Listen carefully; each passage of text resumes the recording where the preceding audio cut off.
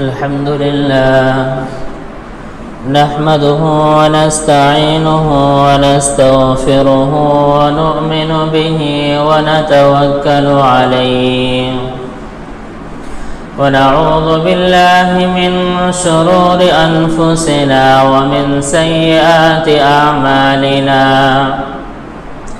من يهده الله فلا مضل له ومن يضلله فلا هادي له ونشهد أن لا إله إلا الله وحده لا شريك له ونشهد أن سيدنا وسندنا وحبيبنا ومولانا محمدا عبده ورسوله أما بعد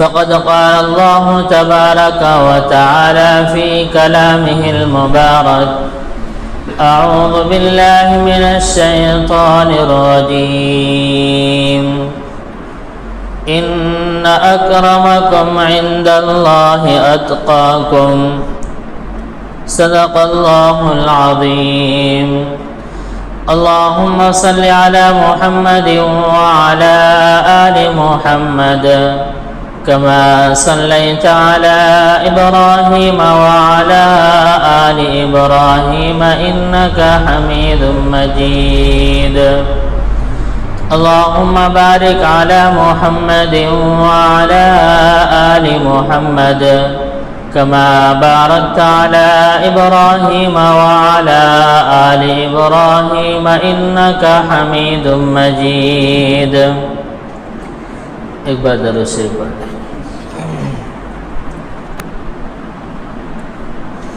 میرے محترم بزرگوں اور دوستوں اور عزیز نوجوانوں، اللہ رب العزت کا بڑا احسان ہے، فضل ہے کہ اللہ تعالی نے مجھے اور آپ کو صحت اور تندرستی عطا فرمائی، 2 رکعت جمعے کی نماز ادا کرنے کے لیے مسجد میں آنے کی توفیق عطا فرمائی۔ دعا کریں کہ اللہ تعالی اسی طرح ہمیں صحت اور تندرستی کی نعمت سے مالا مال فرمائے اور کچھ نیکیاں کرنے کی بھی توفیق عطا فرمائے۔ میں نے قرآن پاک کی ایک آیت کا ٹکڑا پڑھا ہے، ان اکرمکم عند اللہ اتقاکم۔ اللہ تعالیٰ نے اس دنیا کے اندر بہت سارے مخلوقات کو پیدا فرمایا، انسان کو پیدا فرمایا، جنات کو، اونٹ، بیل، چرند، پرندے، نہ جانے کتنی طرح کی مچھلیاں، سمندر میں رہنے والے جانور، بہت طرح کی مخلوقات کو پیدا فرمایا اللہ نے۔ اور اللہ تعالیٰ نے ایسے ایسے مخلوقات کو بھی پیدا فرمایا جس کی لمبائی چوڑائی کے بارے میں ہم سوچ بھی نہیں سکتے، جس کی خوراک اور غذا کے بارے میں بھی نہیں سوچ سکتے، لیکن اللہ نے فرمایا لقد خلقنا الانسان فی احسن تقویم۔ اللہ کی قدرت کا کرشمہ دیکھیں، اللہ تعالیٰ نے سب سے پہلے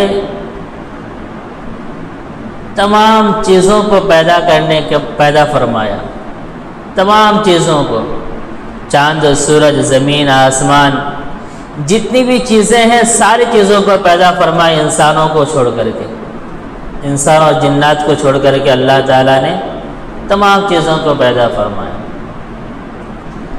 جب یہ ساری چیزیں تیار ہو گئی، اس کے بعد اللہ تعالیٰ نے انسان اور جنات کو پیدا فرمایا،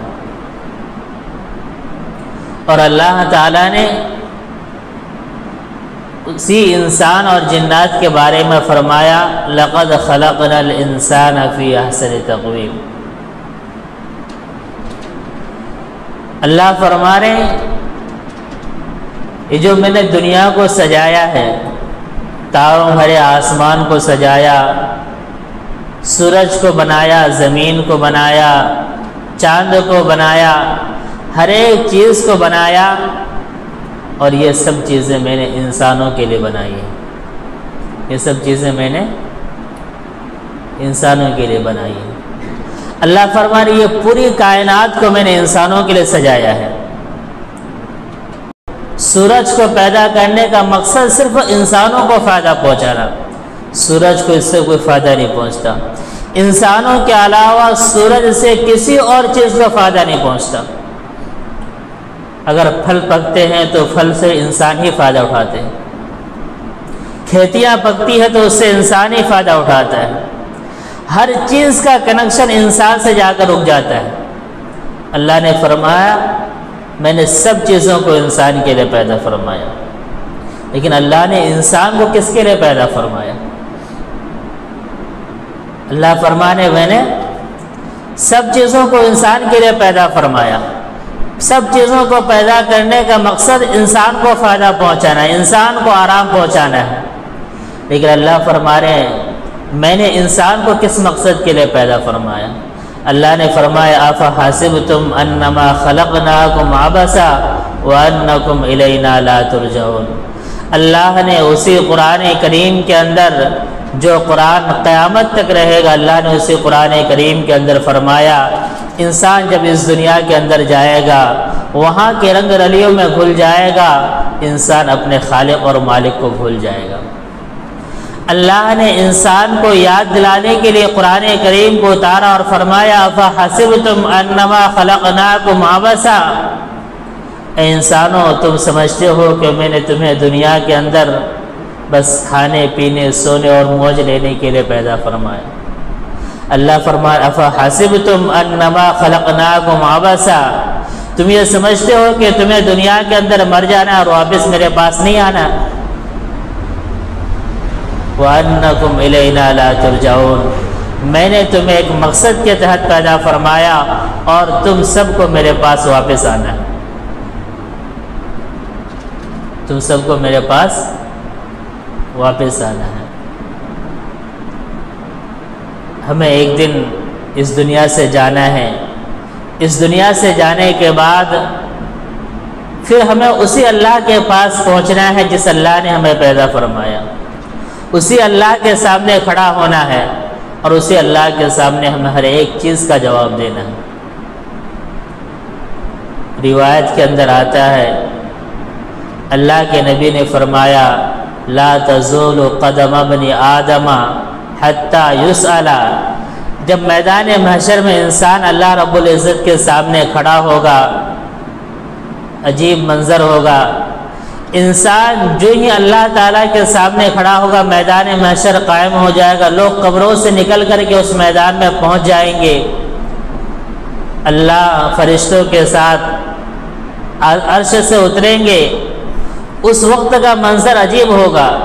جو انسان جس وقت جہاں کھڑا تھا اللہ کے نبی نے فرمایا لا تزول قدم ابن آدم، اس کے بعد انسان کا قدم تھوڑا بھی آگے نہیں بڑھ سکتا اور پیچھے بھی آگے نہیں بڑھے گا، نہ تھوڑا آگے ہٹے گا نہ پیچھے آگے ہٹے گا۔ اللہ کے نبی نے فرمایا حتی یسأل عن خمس، جب تک اس سے 5 چیزوں کے بارے میں سوال نہیں ہو جائے گا، پوچھ گچھ نہیں ہو جائے گی، تب تک اسے نہ آگے بڑھنے کی اجازت ہوگی، نہ پیچھے ہٹنے کی اجازت ہوگی، نہ کسی سے بات کرنے کی اجازت ہوگی، انسان یوں ہی کھڑا رہ جائے گا۔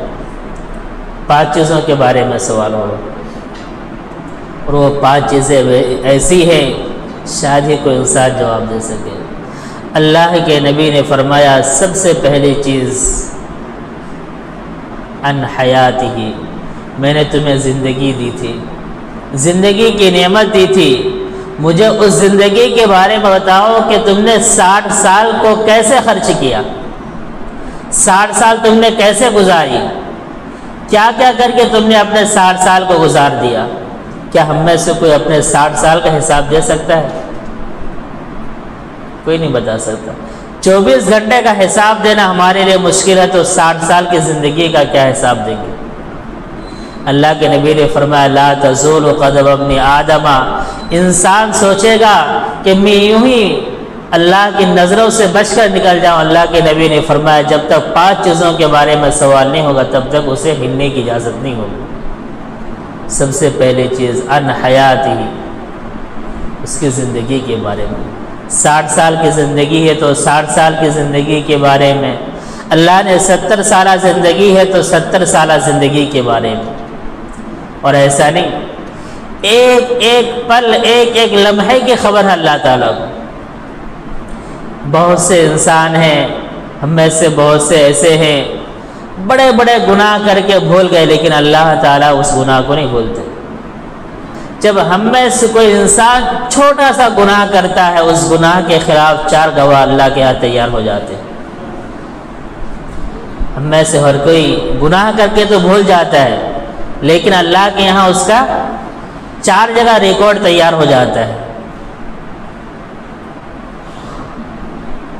انسان اس جگہ اپنے گناہ کا انکار کر دے گا، اللہ تعالیٰ اس وقت ان 4 ریکارڈ کو اس کے بندے کے سامنے پیش کریں گے۔ تو اللہ فرمائیں گے کہ میں نے تمہیں 60 سالہ زندگی تو اس 60 سالہ زندگی کا حساب دو، رات کس طرح گزاری، دن کس طرح گزارا، صبح کس طرح گزاری، شام کس طرح گزاری، ایک ایک پل، ایک ایک لمحے کا حساب دو۔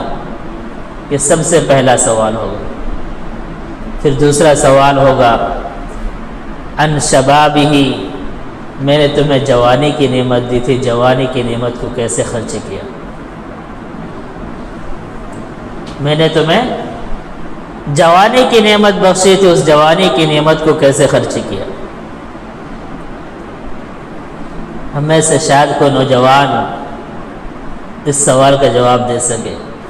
ہماری نوجوانی کی حالت ایسی ہوتی ہے، انسان تو انسان کبھی اللہ کی بغاوت کرنے پہ اتر آتے ہیں۔ یہ دوسرا سوال ہوگا۔ تیسرا سوال ہوگا من این اکتسبہ ومن این صرفہ، تم نے دنیا کے اندر بہت مال کمایا، بہت مال اکٹھے کیا، بتاؤ تم نے کہاں کہاں سے مال اکٹھے کیا تھا، کہاں کہاں سے پیسے کمائے تھے، کیسے کیسے پیسے کمائے، کیا کیا کر کے تم نے پیسے حاصل کیا، پیسے کمائے، ایک ایک پیسے کے بارے میں حساب ہوگا۔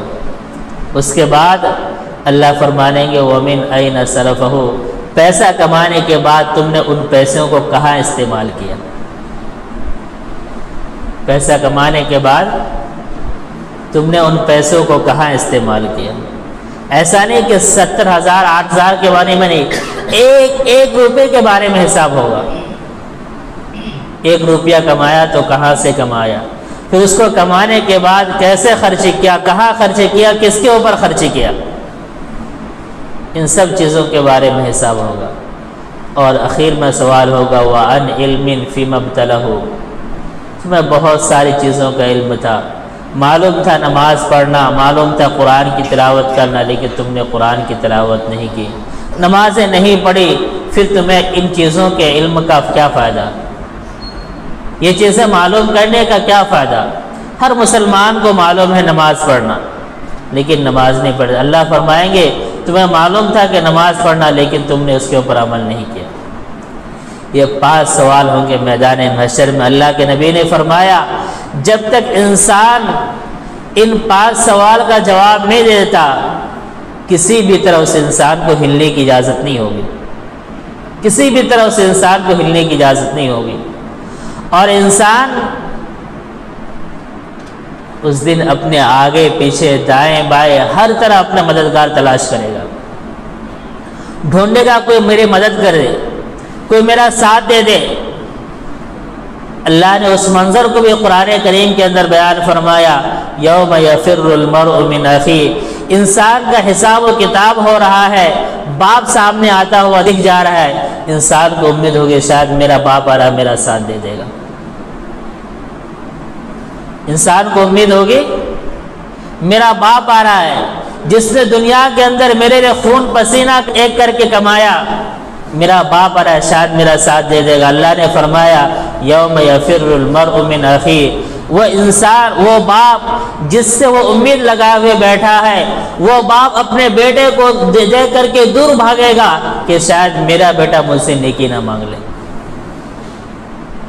باپ بیٹے سے دور بھاگے گا کہ میرا بیٹا مجھ سے نیکی نہ مانگ لے، اور بیٹا باپ سے دور بھاگے گا کہ میرا باپ مجھ سے نیکی نہ مانگ لے۔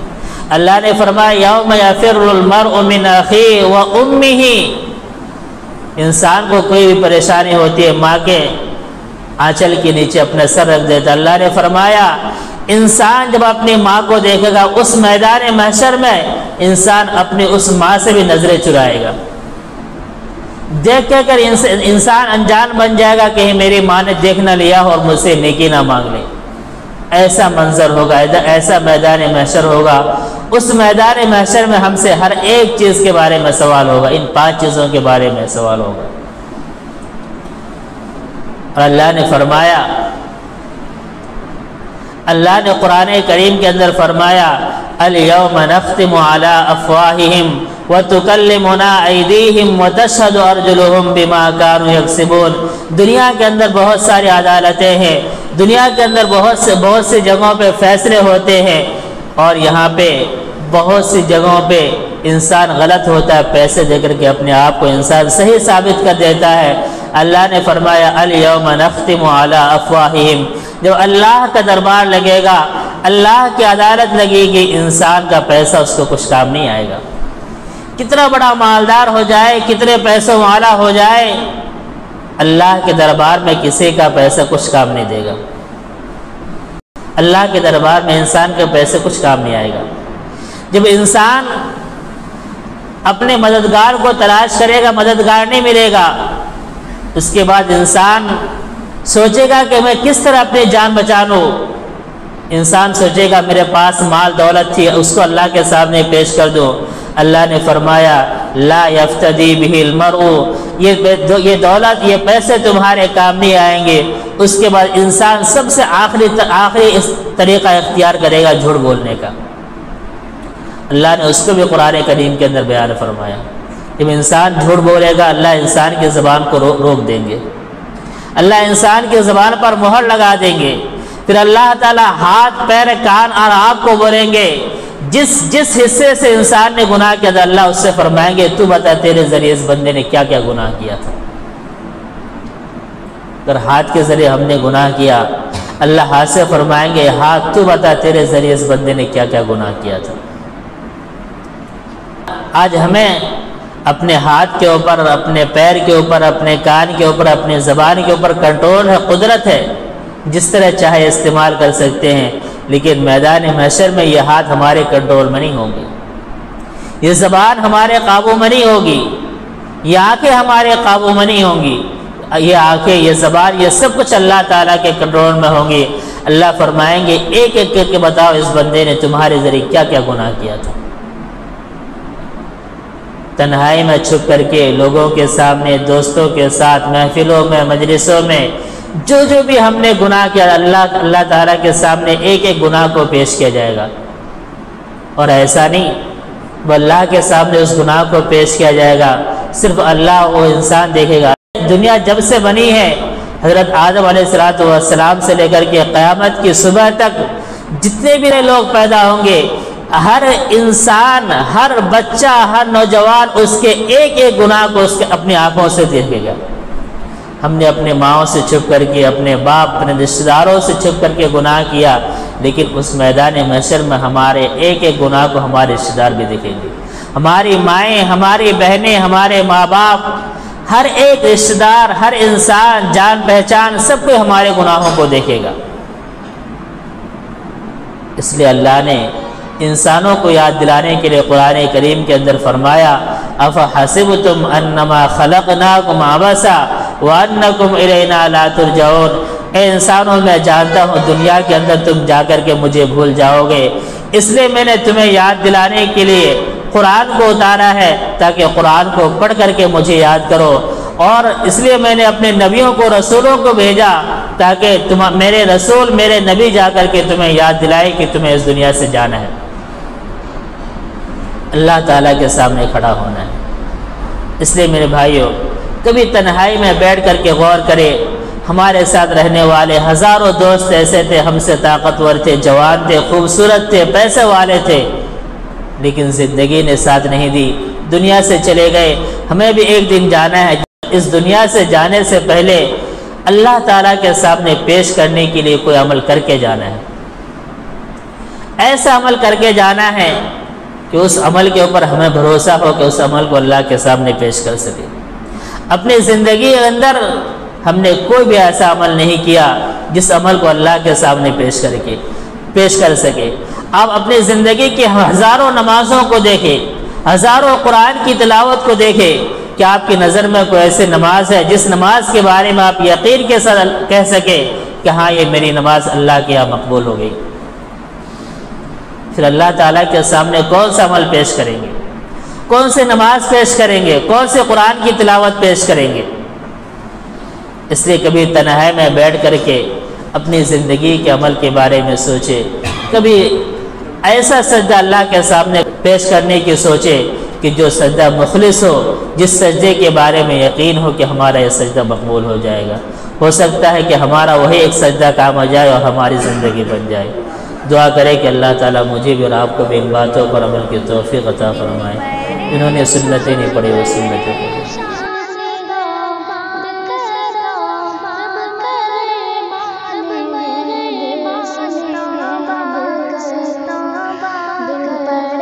شاہ